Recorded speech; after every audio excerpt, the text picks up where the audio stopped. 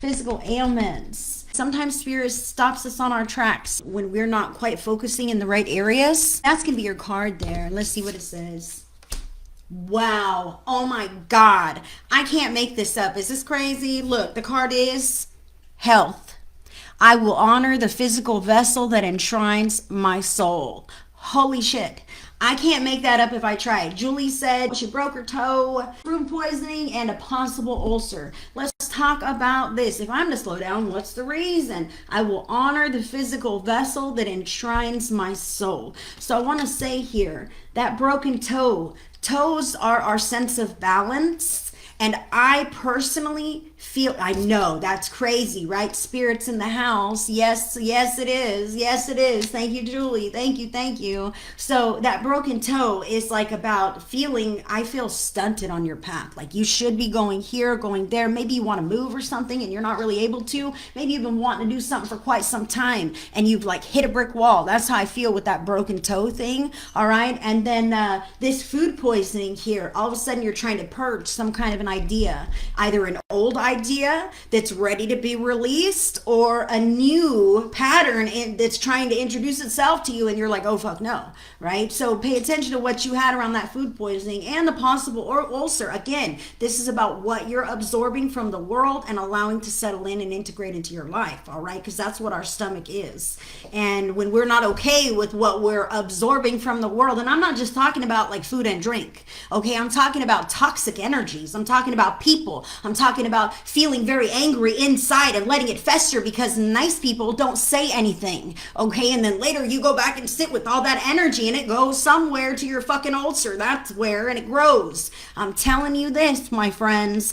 I had to have a random sudden surgery last year because I suddenly had this hemorrhagic cyst that was forming in my belly and filling with blood, and I was in so much incredible pain, and it stopped me in my tracks. Just like you're being stopped in your tracks too. Focus on your body. Focus on you, your health, what is good for you, what you don't want to be up to anymore, okay? Because sometimes the pressures of life outside of ourselves demand so much. Our energy changes, but the demand doesn't necessarily shift. And I feel how it's important to assimilate that because right now you can't do shit.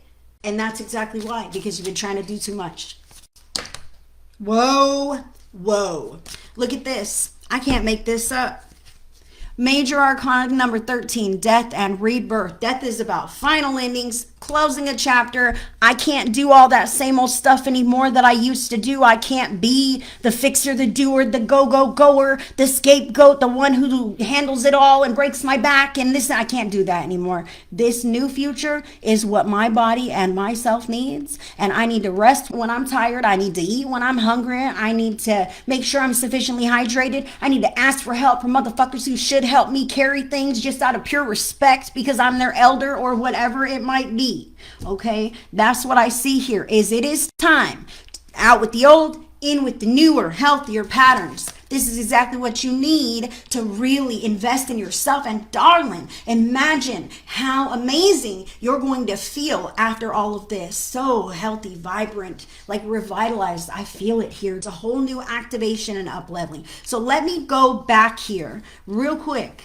I work in a doctor's office trying to let go of a relationship that happened 2 years ago, and I want to exercise again. Yes, there you go. So listen, while you begin your exercise routine, imagine that you are shaking off the patterns of that relationship, right? You're going for a nice brisk walk and you're shaking off that relationship and letting it go out of your physical energy patterns, out of your body, out of your cells, the cellular memory, right? I want to say this here because you're not the only one, okay? So the cycle of evolution is a spiral, right? But it's an upward spiral.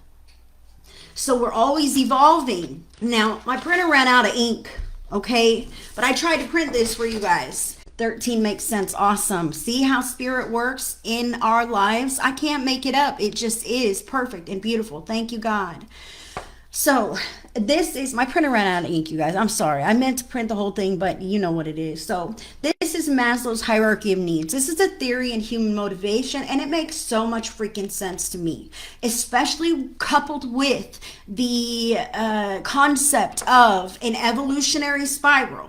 Okay, so the Maslow's pyramid basically you can't build a stable pyramid until the bottom layers are complete and stable, and the next one has to be as well, right? And the next, because they build upon one another. Now if this one's flimsy or unstable, it can't hold the rest, right? And everything will fall. So this theory in human motivation suggests that the very first and basic pyramid of our experience that we need to have met to feel stable and secure would be our physiological needs. We need clean air, water, food, shelter, sleep. These are all things that healthy adults need in order to thrive and succeed and grow in life, all right? So once that's reasonably satisfied, we're content and comfortable in those areas, then a healthy individual who has those needs met would feel safe enough to reach for the next level of the pyramid up, which would be our safety needs, our personal security, employment, paying our bills, maybe obtaining a car or a house, this kind of thing. So then once we have those kinds of things are all right, maybe we're reaching for love and belonging. We're making friends. We're making more intimate bonds with our family members. Okay, we feel pretty secure in life physically in these ways. So we're able to reach outward in an emotional way, right? To make those loving, intimate, true connections. And when we feel safe enough to do this, okay, then we graduate up to the esteem where we respect ourselves and we want others to respect us too. We want others to see us for the person that we are uniquely, our own status, our own recognition, okay? And when that is pretty satisfied, all the doors of self-actualization are open to you. Okay, creativity, your path, your purpose. Like then we're focusing in those upper areas of expansion, if you will. Morality is also up in the self-actualization.